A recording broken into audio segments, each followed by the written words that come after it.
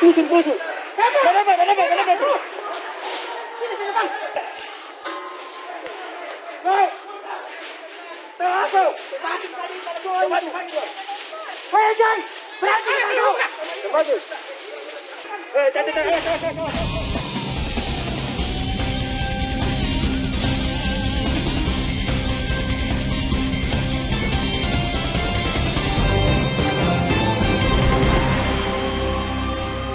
Halo, selamat pagi saudara. Selain informasi tentang tawuran dua kelompok pemuda di Sulawesi Selatan, masih ada informasi lain diantaranya tentang kasus penganiayaan yang menimpa seorang ibu pedagang sayur di Medan, Sumatera Utara. Dan juga kisah orang hilang tas buset atau seorang anak yang hilang saat bermain bola. Segera kita jelang Buser Pagi selengkapnya, saya Gazen Frila.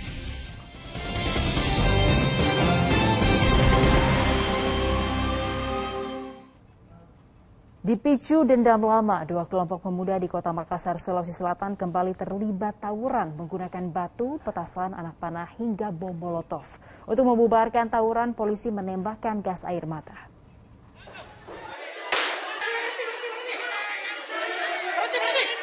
Aparat Polrestabes Makassar yang tiba di lokasi kejadian tawuran malah disambut lemparan batu, anak panah, dan petasan di Jalan Kandea, Kota Makassar, Sulawesi Selatan, Senin malam tadi. Salah satu kubu yang melihat polisi terus menyerang hingga polisi melepaskan tembakan gas air mata berulang kali. Sempat terjadi kesalahpahaman di lokasi. Hal itu disebabkan oleh Polsek setempat salah membidik sasaran dan mengenai rombongan Polrestabes Makassar yang berada di arah berlawanan. Tawuran pemuda ini terjadi di wilayah perbatasan yakni Kecamatan Talo dengan Kecamatan Bontoala. Polsek setempat yang kewalahan melerai warganya terlibat saling serang itu meminta bantuan. Tawuran yang berlangsung selama 4 jam baru berhenti setelah datang bantuan dari tim Jatantras Polrestabes Makassar serta Polda Sulawesi Selatan.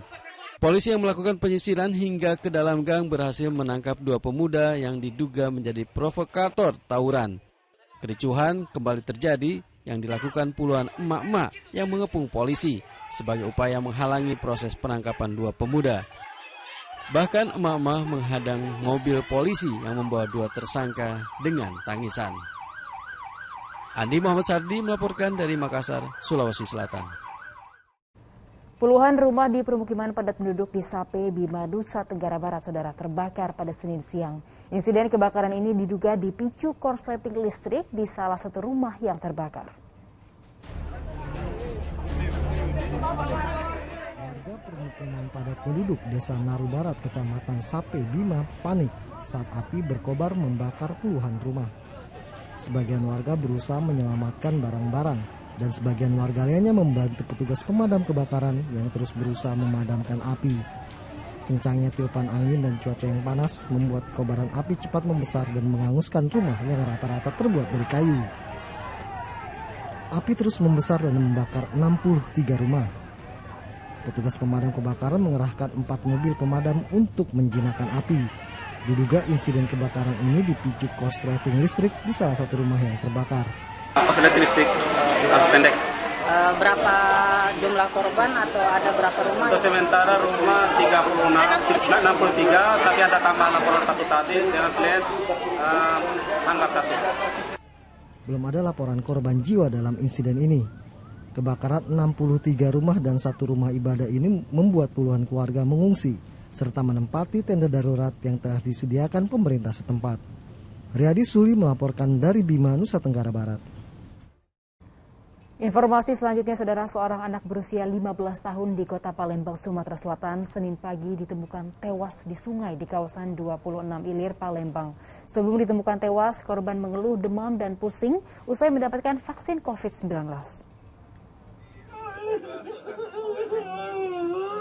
Tangis ayah korban pecah saat mengetahui Madon, sang anak, sudah meninggal dunia. Madon diantar warga ke rumahnya setelah ditemukan tewas di Sungai Jerambah, Karang, di kawasan 26 Ilir, Palembang. Kematian Madon membawa duka mendalam bagi keluarga korban.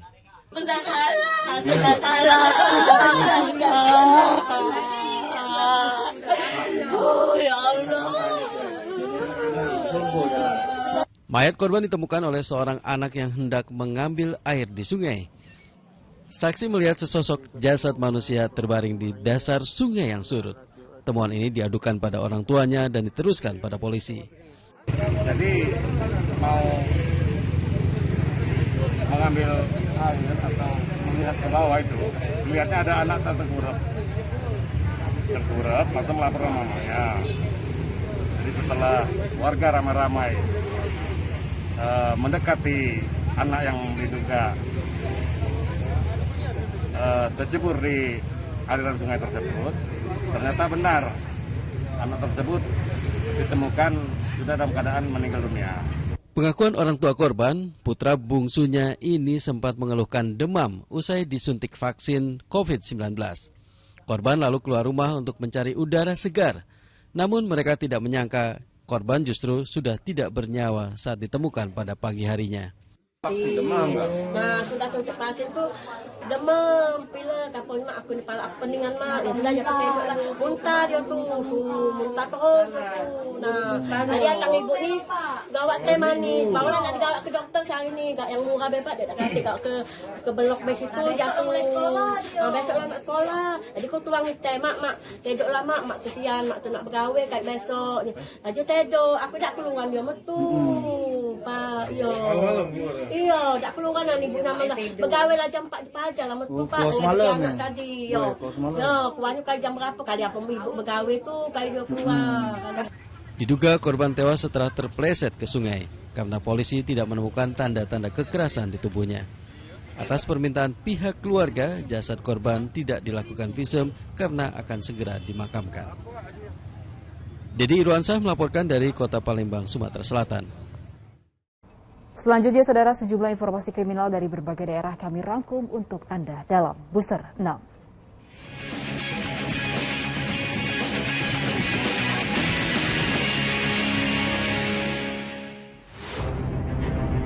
Seorang wanita terekam kamera pengawasan mencuri ponsel di toko buah di Jalan Penggilingan, Cakung, Jakarta Timur, Minggu siang. Pelaku beraksi dengan modus berpura-pura menjadi pembeli buah. Dirinya lalu meminta pedagang untuk mengambilkan buah di gudang. Saat korban mengambil buah di gudang, pelaku dengan leluasa menggasak sebuah ponsel yang berada di samping timbangan. Mengetahui ponselnya dicuri, korban langsung melaporkan kejadian ke polisi. Sebuah video kekerasan terhadap anak di bawah umur di simpang Rumah Sakit Caritas, Palembang, Sumatera Selatan beredar luas di media sosial. Pelaku merupakan ibu kandung korban. Setelah viral, unit pelayanan perempuan dan anak Polrestabes Palembang lalu memburu pelaku di rumahnya di daerah Lorong Harapan, Jakabaring. Pelaku berhasil diringkus lalu dibawa ke Mapolrestabes Palembang. Dari pengakuan pelaku, dirinya kerap menyuruh sang anak untuk mengamen dan memberi target penghasilan sebesar Rp200.000 sehari. Jika sang anak tak memenuhi target, wanita berinisial OT itu tak segan-segan menganiaya korban. Atas perbuatannya, pelaku kini ditahan di Mapolrestabes Palembang.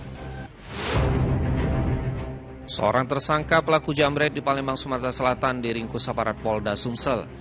Tersangka bernama Melki alias Kiki ini ditangkap di daerah Demang Lebar Daun, Palembang. Dari hasil penyidikan polisi, tersangka telah beraksi di 7 lokasi berbeda bersama dengan 2 rekannya yang lebih dulu ditangkap polisi.